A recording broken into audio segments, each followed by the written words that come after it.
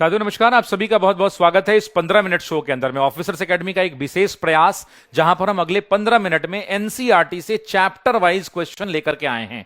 ये क्वेश्चन कोई फर्जी एनसीईआरटी का नहीं है, जैसा कि यहां पे लिखा हुआ है, ओरिजिनल एनसीईआरटी है। क्यों? क्योंकि हमने उसके दावे के लिए आपको एनसीईआरटी का स्क्रीनशॉट और पेज नंबर भी लगाया है।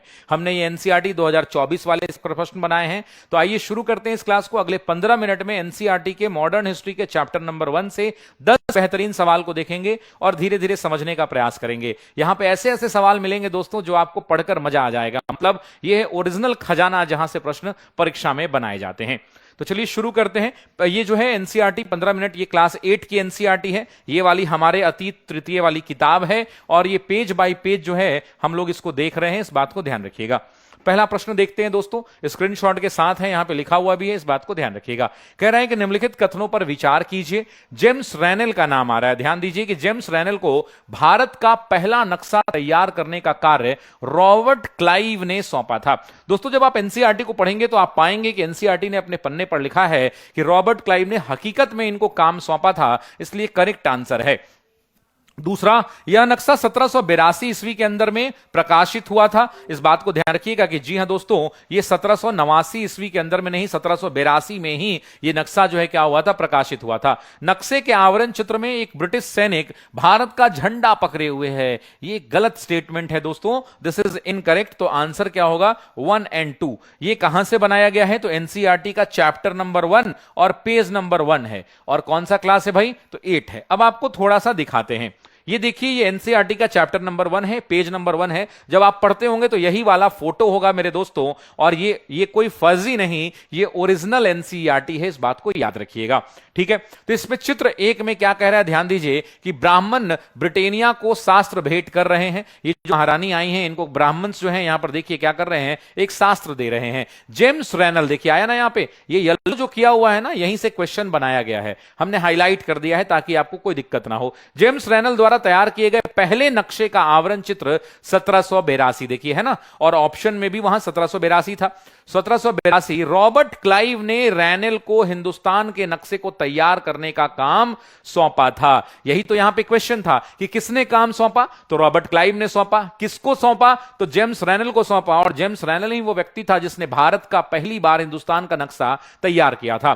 भारत पर अंग्रेजों की विजय के समर्थक रैनेल का वर्चस्व स्थापित करने की प्रक्रिया में नक्शा तैयार करना बहुत महत्वपूर्ण लगता था। इस तस्वीर में दिखाया गया है कि भारत के लोग स्वेच्छापूर्वक अपने प्राचीन पवित्र ग्रंथ ब्रिटिश सत्ता की प्रतीक ब्रिटानिया को सौंप रहे हैं, मानो उसे भारतीय संस्कृति की रक्षा के लिए आने का आग्रह कर रहे हैं। तो ऐसी आग्रह मुद्रा दिखाई गई है। और यहां पर चित्र में एक ब्रिटिश सैनिक भारत का झंडा पकड़े हुए, नहीं भाई, कौन झंडा पकड़े हुए है, तो जो ब्राह्मण्स हैं हमारे, वो ब्राह्मण्स जो है यहां पर झंडा जो है नहीं, यहां पर वो पुस्तक भेंट कर रहे हैं, हमारे धर्म ग्रंथ भेंट कर रहे हैं। किसको, तो ब्रिटेन की महारानी को। इसलिए आंसर क्या हो जाएगा, गलत हो जाएगा।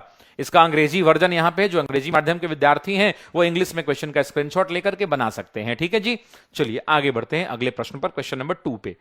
उससे पहले एक विशेष जानकारी है कि टीआरई 4 का बैचेस हमारे यहां लगातार चल रहा है। आप जानते हैं कि बिहार के अंदर में सरकारी 1 लाख से ज्यादा बच्चों के सरकारी नौकरी के सपनों को द ऑफिसर्स एकेडमी के शिक्षकों ने मिलकर पूरा किया है। 1 लाख बहुत बड़ा आंकड़ा होता है। हम आपको भरोसा दिलाते हैं कि आपके सपनों को पूरा करने में हम एक महत्वपूर्ण भूमिका निभाएंगे। अतः आपसे अनुरोध भी है कि आप हमारे इन बैचेस को जरूर ज्वाइन करें। 1 to 5, 6 to 8, 9, 10 और 11, 12 ये सभी बैचेस जो है मेरे दोस्तों, ये सभी बैचेस जो है क्या होंगे, तो ये उपलब्ध है 999 रुपए की कीमत पर। इस बात को ध्यान रखेंगे।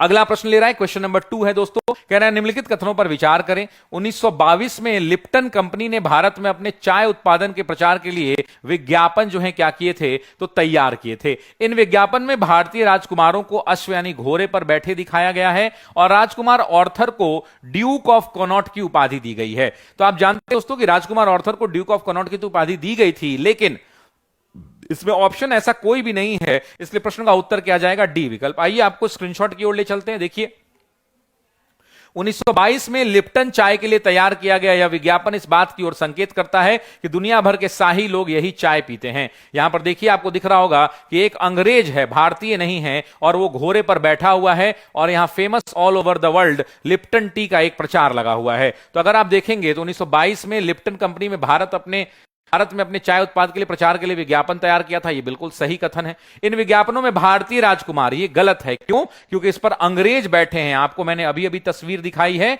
और इस तस्वीर में अंग्रेज बैठे हैं, तो यह स्टेटमेंट क्या हो गया? गलत हो गया। तीसरा स्टेटमेंट ड्यूक है। देखिए अगले हिस्से में रानी विक्टोरिया का तीसरा बेटा राजकुमार आर्थर घोड़े पर बैठा हुआ है। राजकुमार आर्थर को ड्यूक ऑफ कनॉट की पदवी दी गई थी। अब देखिए यहां पर राजकुमार आर्थर को ड्यूक ऑफ कनॉट की पदवी दी गई थी, यह भी सही है। और मैंने आपको बोला भी था कि 1 और 3 सही है, ऑप्शन में नहीं है। और आप जान लीजिए कि 1 और 3 जो इस प्रश्न का क्या है? सही उत्तर है। ये एनसीईआरटी में मिलेगा, ये फर्जी नहीं दोस्तों, ओरिजिनल एनसीईआरटी की किताब है, आप इसको देख सकते हैं। और हमने प्रयास किया है कि आपके लिए ओरिजिनल प्रश्न बनाए जाएं जो परीक्षा में आपके लिए महत्वपूर्ण साबित हो। अगला क्वेश्चन नंबर है 3 मेरे दोस्तों, ध्यान रखिएगा। कह रहे हैं 1817 में भारत के इतिहास को हिंदू, मुस्लिम तथा ब्रिटिश नामक 3 कालों में बांटने वाला स्कॉटलैंड का दार्शनिक कौन था? मतलब जिसने, जैसे हम आप इतिहास को कई तरह से बांटा जाता है, जैसे आप प्राचीन इतिहास, मध्यकालीन इतिहास और आधुनिक इतिहास और विश्व इतिहास कहते हैं, वैसे ही एक दार्शनिक हुआ करते थे। और उस दार्शनिक का क्या नाम था? तो जेम्स मिल नाम था मेरे दोस्तों। जेम्स मिल ने क्या कहा? जेम्स मिल में भारत के इतिहास को क्या बांटा? प्राचीन, मध्यकालीन नहीं। इसने कहा भारत का इतिहास 3 खंडों में विभाजित होगा, पहला हिंदू, दूसरा मुस्लिम और तीसरा ब्रिटिश। जो आप पढ़ते हैं ना कि भारतीय राष्ट्रीय आंदोलन के दौरान हम पढ़ते हैं, या इतिहास जब पढ़ते हैं तो हम कहते हैं कि प्राचीन भारत का इतिहास है, ये मध्यकालीन भारत का, और ये विश्व का इतिहास, ये आधुनिक भारत का है। लेकिन जेम्स मिल के नाम के व्यक्ति ने कहा था कि भारत के इतिहास को हम 3 भागों में बांट सकते हैं, हिंदू, मुसलमान और ब्रिटिश। ये एनसीईआरटी के पेज नंबर 3 पर यह क्वेश्चन उपलब्ध है। आइए आपको दिखाते हैं। ये चैप्टर नंबर 1 का पेज 3 है एनसीईआरटी का। ये एनसीईआरटी का फोटो लगा हुआ है यहां पर। कह रहा है कि 1817 में स्कॉटलैंड के अर्थशास्त्री और राजनीतिज्ञ दार्शनिक जेम्स मिल, दिखाना यहां पे, जेम्स मिल ने 3 विशाल खंडों में a history of British India, यानी ब्रिटिश भारत का इतिहास नामक एक किताब लिखी। किताब का नाम क्या है? किताब का नाम है a history of British India. ठीक है, a history of British India है। इस किताब में उन्होंने भारत के इतिहास को, देखिए इस किताब में उन्होंने भारत के इतिहास को हिंदू, मुसलमान और ब्रिटिश, इन 3 कालखंडों में बांटा था। कालखंडों के इस निर्धारण को ज्यादातर लोगों ने मान भी लिया। यह देखिए कितनी बड़ी बात है कि इसको लोगों ने मान भी लिया। इस बात को ध्यान दीजिएगा। क्या आपको भारतीय इतिहास को समझने के लिए इस तरीके में कोई समस्या है? बिल्कुल समस्या है भाई। तो इसलिए इस प्रश्न का जो उत्तर आता है वो क्या जाएगा मेरे दोस्तों? जेम्स मिल जाएगा। इस बात को ध्यान रखिएगा। ठीक है, कैसा लग रहा है ये क्लास? कमेंट करके जरूर बताइएगा। आपके कमेंट्स आएंगे तो हम लोग ऐसे ही एनसीईआरटी के हर पन्ने से हर सब्जेक्ट में, यानी history, geography, polity, economy, science, 5 के विषय में हम लोग धीरे धीरे आपको रोज इसी तरह से 15-15, 20-20 मिनट के वीडियो बनाकर हमारे चैनल पर आपको डालते हुए वीडियोस मिल जाएंगे। निम्नलिखित कथनों पर विचार कीजिए। क्या कह रहा है कि अंग्रेजों द्वारा बनाए गए ऐतिहासिक काल विभाजन ने भारत के इतिहास को पश्चिमी नजरिए से परिभाषित किया। क्वेश्चन नंबर 4 है। तो देखिए बात तो सही है कि अंग्रेजों के द्वारा बनाए गए ऐतिहासिक काल विभाजन ने ही भारत के इतिहास को क्या किया? वेस्टर्न तरीके से देखने के लिए डिफाइन किया। दूसरा क्या कह रहा है कि पश्चिम में आधुनिक काल का अर्थ विज्ञान, तर्क, लोकतंत्र और समानता की शक्तियों के उदय से है। यह भी बिल्कुल सही बात है कि हम कहते हैं कि हम मॉडर्न हैं, तो मॉडर्न होने का मतलब इतिहास में जो वेस्टर्न कंट्रीज है वो कहती हैं कि आप आजाद हैं कि नहीं, आपके यहां नैतिकता है कि नहीं, आप वैज्ञानिक रूप से आगे बढ़ रहे हैं कि नहीं, तार्किक रूप से आगे बढ़ रहे हैं कि नहीं, साइंस एंड टेक्नोलॉजी में आपका देश आगे है कि नहीं, इन तमाम पैरामीटर्स पर इसकी चर्चा की जाती है। भारतीय संदर्भ में औपनिवेशिक शासन के समय ये सारी विशेषताएं मौजूद थी? नहीं थी भाई। अंग्रेजों के शासन में ये कहां मौजूद थी? नहीं मौजूद थी। इसलिए ए इस प्रश्न का उत्तर जाएगा। आपको चलिए एनसीईआरटी की यात्रा कराते हैं। पेज नंबर 4 से यह सवाल बनाया गया है कि अंग्रेजों द्वारा सुझाए गए वर्गीकरण से अलग हटकर इतिहासकार इतिहास को आमतौर पर प्राचीन, मध्यकालीन और आधुनिक काल में बांटकर देखते हैं। इस विभाजन की अपनी समस्याएं हैं। इतिहास को इन खंडों में बांटने से यह समझ भी पश्चिम से आई है। पश्चिम में देखिए यहां से क्वेश्चन बनाए गए हैं। देखिए पश्चिम में आधुनिक काल को विज्ञान, तर्क, लोकतंत्र, मुक्ति और समानता जैसी आधुनिकता की ताकत का विकास युग माना गया है। और यही तो यहां पर क्वेश्चन था। आपको देखिए ये स्टेटमेंट दिख गया ना, और ये भी स्टेटमेंट दिख गया, दोनों दिख गया आपको। और उसके बाद क्या कह रहा है यहां पे ध्यान दीजिएगा कि अंग्रेजों के शासन में लोगों के पास समानता, स्वतंत्रता, मुक्ति नहीं थी। मतलब अगर ब्रिटिश औपनिवेशिक शासन का शासन काल का मतलब क्या? औपनिवेशिक शासन जो यहां पे लिखा है इसका मतलब क्या? औपनिवेशिक शासन का मतलब कि भारत में ब्रिटेन का शासन, भारत में क्या? ब्रिटेन का या ब्रिटेन का शासन, ब्रिटेन का, भारत में ब्रिटेन का शासन। तो इस बात को ध्यान रखेंगे मेरे दोस्तों। तो ये प्रश्न का क्या हो जाएगा? यानी अंग्रेजों के समय में ये मौजूद नहीं थी, ये एनसीईआरटी भी कहता है। ठीक है जी, ये फर्जी नहीं है मेरे दोस्तों। कैसी एनसीईआरटी है? ओरिजिनल एनसीईआरटी है। नेक्स्ट, निम्न में से जेम्स मिल जो स्कॉटलैंड का एक व्यक्ति था द्वारा लिखित पुस्तक का नाम क्या था? अभी अभी मैंने पहली स्लाइड में बताया कि इन्होंने एक पुस्तक लिखी, उस पुस्तक का नाम था a history of British India, और इस किताब में इन्होंने कहा कि भारत के इतिहास को हम 3 भागों में बांटते हैं। पहला भाग कौन सा? तो हिंदू का भाग। दूसरा भाग कौन सा? तो मुस्लिमों का भाग। और तीसरा भाग कौन सा? तो ब्रिटिश काल का भाग। इसने प्राचीन मध्यकालीन में नहीं बांटा, इसने अपनी किताब, उस किताब का क्या नाम है? A history of British India. इस बात को ध्यान रखिएगा, यह प्रश्न संख्या पेज नंबर 4 से ही बनाया गया है।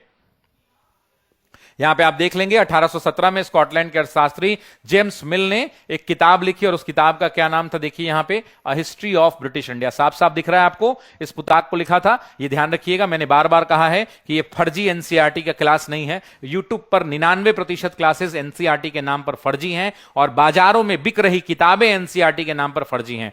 और याद रखिएगा, ऑफिसर्स एकेडमी की किताबें अगले 1 सप्ताह के अंदर में बाजारों में होंगी, जो इसी तरह से बनाई गई हैं। एनसीईआरटी के हर पन्ने से 6 to 12 का एनसीईआरटी का पूरा किताब को मर्ज कर उससे पेज बाय पेज क्वेश्चन बनाकर, एनसीईआरटी का स्क्रीनशॉट लगाकर, उसमें पेज नंबर लिखकर हमने किताब तैयार किया है, जो जल्द ही बाजारों में उपलब्ध होगी और बहुत कम कीमत पर उपलब्ध होगी। History, geography, polity, economy, science, पांचों की पांचों किताब उपलब्ध होगी। उसका लिंक भी इस वीडियो के कमेंट बॉक्स में हम लोग पिन कर देंगे, ठीक है।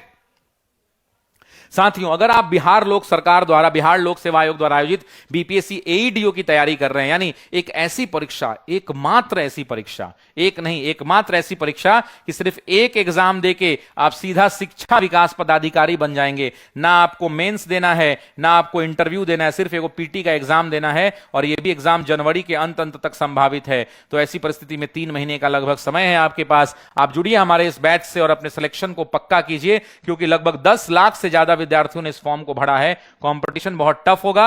अगर आप सिलेक्शन चाहते हैं तो यकीन मानिए, सिलेक्शन का रास्ता द ऑफिसर्स एकेडमी से होकर गुजरेगा। हम पढ़ाने में नहीं पीछे हारेंगे, आप पढ़ने में पीछे मत थकिएगा।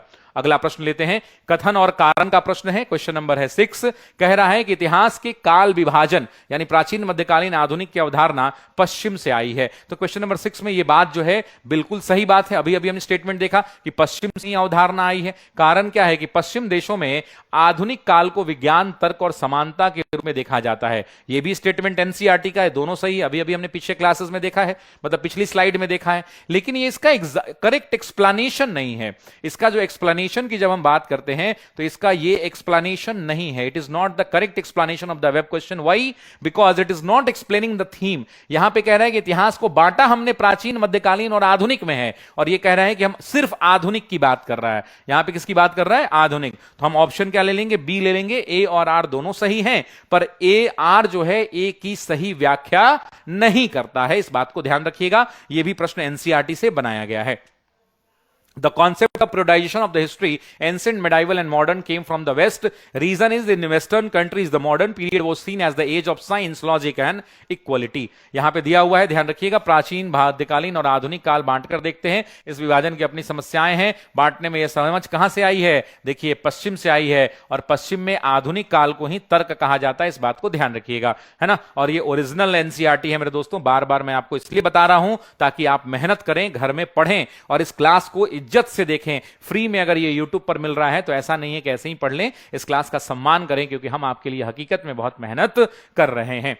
अंग्रेजों की मदद के बिना हिंदुस्तान प्रगति नहीं कर सकता है। यह कथन किसका है? क्या यह जेम्स मिल का है, लॉर्ड रिपन का है, रेनल का है, या वेलेस्ली का है? मतलब किस व्यक्ति ने कहा था कि अंग्रेजों की मदद के बिना हिंदुस्तान तरक्की नहीं कर सकता है, किसी भी हालत में हिंदुस्तान तरक्की नहीं कर सकता है? तो दोस्तों ये बात जेम्स मिल ने कही थी। जेम्स मिल ने कहा था कि भारत की तरक्की का रास्ता अंग्रेजी हुकूमत के साथ से ही निकलेगा। उन्होंने कहा था कि देखिए मिल है यहां पे, स्कॉटलैंड वाले मिल की राय में ब्रिटिश शासन भारत को सभ्यता की राह पर ले जा सकता है। इस काम के लिए जरूरी था कि भारत में यूरोपीय शिष्टाचार, कला, संस्थान और कानूनों को लागू किया जाए। मतलब इसका कहना है कि भारत की तरक्की करानी है तो हमारे देश का शिष्टाचार, हमारा व्यवहार, हमारी नैतिकता, हमारी कानूनी प्रावधान, वो सब भारत में लागू किए जाए। और एक स्टेप ये आगे बढ़ जाएगा, और ये क्या कहेगा? मिल ने तो यहां तक सुझाव दिया कि अंग्रेजों को भारत के सारे भूभाग पर कब्जा कर लेना चाहिए, ताकि भारतीय जनता को ज्ञान और सुखी जीवन ये कहता है कि अंग्रेजों को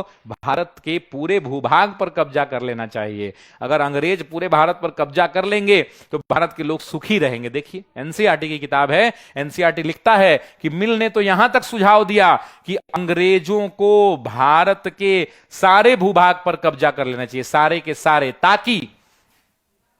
ताकि भारतीय जनता को ज्ञान और सुखी जीवन प्रदान किया जा सके। मतलब अंग्रेज जब कब्जा कर लेगा तब हम ज्ञानी हो जाएंगे, उनसे ज्ञान अर्जित करके और सुखित जीवन रहने लगेंगे। ध्यान रखिए, उनका मानना था कि अंग्रेजों की मदद के बिना हिंदुस्तान प्रगति नहीं कर सकता है ना। और यही क्वेश्चन भी पूछा था कि किसने कहा था कि अंग्रेजों की मदद के बिना हिंदुस्तान प्रगति नहीं कर सकता है, तो जेम्स मिल ने कहा था। ध्यान रखिएगा, ठीक है। अच्छा, एक दो लाइन लॉर्ड रिपन के बारे में बताइए। लॉर्ड रिपन कौन था? इसने कौन सा एक्ट, वर्नाकुलर प्रेस एक्ट को क्या किया था? इसने वर्नाकुलर प्रेस एक्ट को रद्द किया था। मैं जानना यह चाहता हूं कि अगर इसने 1881 में 82 में इसको रद्द किया, 81-82 में, तो मुझे बताइए कि वर्ना प्रेस को लागू किसने किया था? लागू करने वाले व्यक्ति का नाम बताइए कमेंट बॉक्स में। और रद्द तो इन्होंने कर दिया था, लॉर्ड रिपन ने रद्द किया था। रिपन का टाइम पीरियड 1880 से लेकर 1884 तक। बताइए इस नाम क्या होगा जिसने लागू किया था, है ना? लॉर्ड लिट्टन था।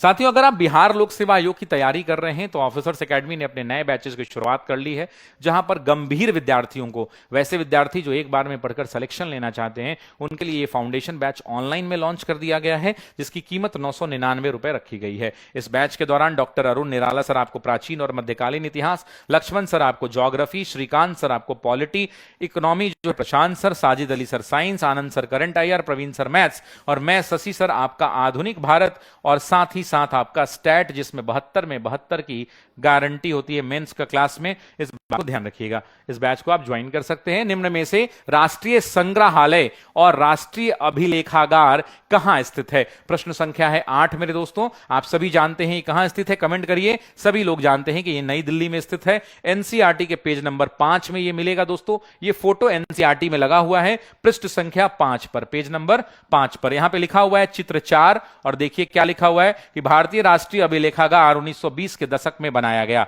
जब नई दिल्ली का निर्माण हुआ तो राष्ट्रीय संग्रहालय और राष्ट्रीय अभिलेखागार दोनों ही वायसरॉय के निवास के नजदीक बनाए गए। इससे पता चलता है कि अंग्रेजों की सोच में इन संस्थानों का कितना भारी महत्व था कि जो वायसरॉय साहब थे उन्होंने अपने घर के बगल में इसको बनवा लिया। क्यों बनवा लिया? ताकि ये पता चल सकते, इससे ये पता चलता है कि ये कितने इंपॉर्टेंट ऑर्गेनाइजेशन है। कौन कौन? तो राष्ट्रीय संग्रहालय और राष्ट्रीय अभिलेखागार, ये दोनों के दोनों दोस्तों वायसरॉय के घर के करीब नई दिल्ली में थे। और 1920 के दशक में इसका निर्माण भी हुआ था। इस बात को आप ध्यान रखिएगा। क्वेश्चन नंबर है 9 मेरे दोस्तों। कह रहा अंग्रेजी शासन ने हर निर्णय, आदेश और नीति को लिखित रूप में दर्ज करना आवश्यक माना। बिल्कुल, ये जो अभिलेखागार बनाए गए और ये जो संग्रहालय बनाए गए, इसका एक उद्देश्य ये भी था। तो ये स्टेटमेंट क्या है? बिल्कुल करेक्ट स्टेटमेंट है, क्योंकि वे शासन के हर स्तर पर नियंत्रण और जिम्मेदारी यानी उत्तरदायित्व तो बनाए रखना चाहते हैं। ये भी सही है और ये इसका करेक्ट एक्सप्लेनेशन भी है। क्या है? ये इसका करेक्ट एक्सप्लेनेशन भी है। ये एक्सप्लेन कर रहा है मेरे दोस्तों कि हां भैया, इन्होंने इसलिए इन सारी चीजों को आदेश दिया कि सभी चीजों को रिकॉर्डेड फॉर्म में रखना है, ताकि उनका प्रॉपर ऑडिट हो सके, ताकि उन पर प्रॉपर कंट्रोल रखा जा सके और उसके लिए लोगों को रेस्पॉन्सिबिलिटी और अकाउंटेबिलिटी भी फिक्स की जा सके। तो इसलिए प्रश्न का जो सही उत्तर है वो ए विकल्प जाएगा दोस्तों। आइए देखते हैं एनसीईआरटी में पेज नंबर, क्लास 8 की एनसीईआरटी पेज नंबर 5 आप देखेंगे तो अंग्रेजी शासन द्वारा तैयार किए गए सरकारी रिकॉर्ड इतिहासकारों का एक महत्वपूर्ण साधन होते थे। अंग्रेजों की मान्यता थी कि चीजों को लिखना बहुत महत्वपूर्ण होता है। इसलिए देखिए यहां पर दे रहा है, उनके हर निर्देश, उनकी हर योजना, नीतिगत फैसले, सहमति, जांच को साफ साफ लिखना जरूरी था कि हम दोनों मिलकर खूब पढ़ें और पढ़ने के बाद अपने माँ बाप के सपनों को भी पूरा करें, है ना। तो ऐसा करने के बाद चीजों को अच्छी तरह से अध्ययन किया जा सकता था और उन पर वाद विवाद किया जा सकता था। इस समझदारी के चलते ज्ञापन, टिप्पणी और प्रतिवेदन के आधार पर आधारित शासन की संस्कृति पैदा हुई। सीटेट के बारे में दोस्तों बता दें कि आप जानते हैं कि हमारे सीटेट के बैचेस भी लॉन्च कर दिए गए हैं। अगर आपके कोई भी भाई बहन सीटेट की तैयारी कर रहे हैं तो उनको बताइए कि ऑफिसर एकेडमी ने पेपर 1, पेपर 2 और 1+2 का कॉम्बो भी लॉन्च कर दिया है। कह रहे हैं कि ईस्ट इंडिया कंपनी को महारानी एलिजाबेथ प्रथम से पूरब के साथ व्यापार करने का एकाधिकार कब प्राप्त हुआ। मतलब जो ईस्ट इंडिया कंपनी थी जो भारत आई उसको एकाधिकार कब प्राप्त हुआ, ये आपसे परीक्षा में पूछ रहा है। तो क्या ये 1599 है? नहीं दोस्तों, आपने पढ़ा होगा कि 1600 ईस्वी के अंदर इसको एकाधिकार मिला और ये पेज नंबर 9 पर है और चैप्टर नंबर 2 में है। आप देखिए चैप्टर नंबर 2 एनसीईआरटी का क्या कहता है। पेज नंबर 9 कहता है कि सन 1600 में ईस्ट इंडिया कंपनी ने इंग्लैंड की महारानी एलिजाबेथ प्रथम से चार्टर अर्थात इजाजतनामा हासिल कर लिया, जिससे कंपनी को पूरब से व्यापार करने का एकाधिकार मिल गया। इस इजाजतनामे का मतलब यह था कि इंग्लैंड का कोई और व्यक्ति भारत में जो है व्यापार नहीं कर सकता था, सिर्फ और सिर्फ ईस्ट इंडिया कंपनी जो है भारत में व्यापार करती और अंग्रेजी हुकूमत को उसका फायदा मिलता। यह भी प्रश्न एनसीईआरटी के ओरिजिनल एनसीईआरटी से बनाए गए मेरे दोस्तों, इस बात को ध्यान रखिएगा। और आज की क्लास में इतना ही, अगले वीडियो में पुनः मुलाकात होगी, लेकिन आपके कमेंट की हम प्रतीक्षा करेंगे। दोस्तों हमने बहुत मेहनत से ये सीरीज चलाने का फैसला किया है। आपके कमेंट्स, आपके लाइक, आपके शेयर, इस वीडियो को अपने ज्यादा से ज्यादा अपने दोस्तों तक शेयर कीजिए ताकि हमारा भी उत्साह बढ़े। यकीन मानिए कि हम आपको एनसीईआरटी धीरे धीरे कर history, geography, polity, economy, science की पूरी एनसीईआरटीज हम धीरे धीरे यूट्यूब पर आपको करा देंगे।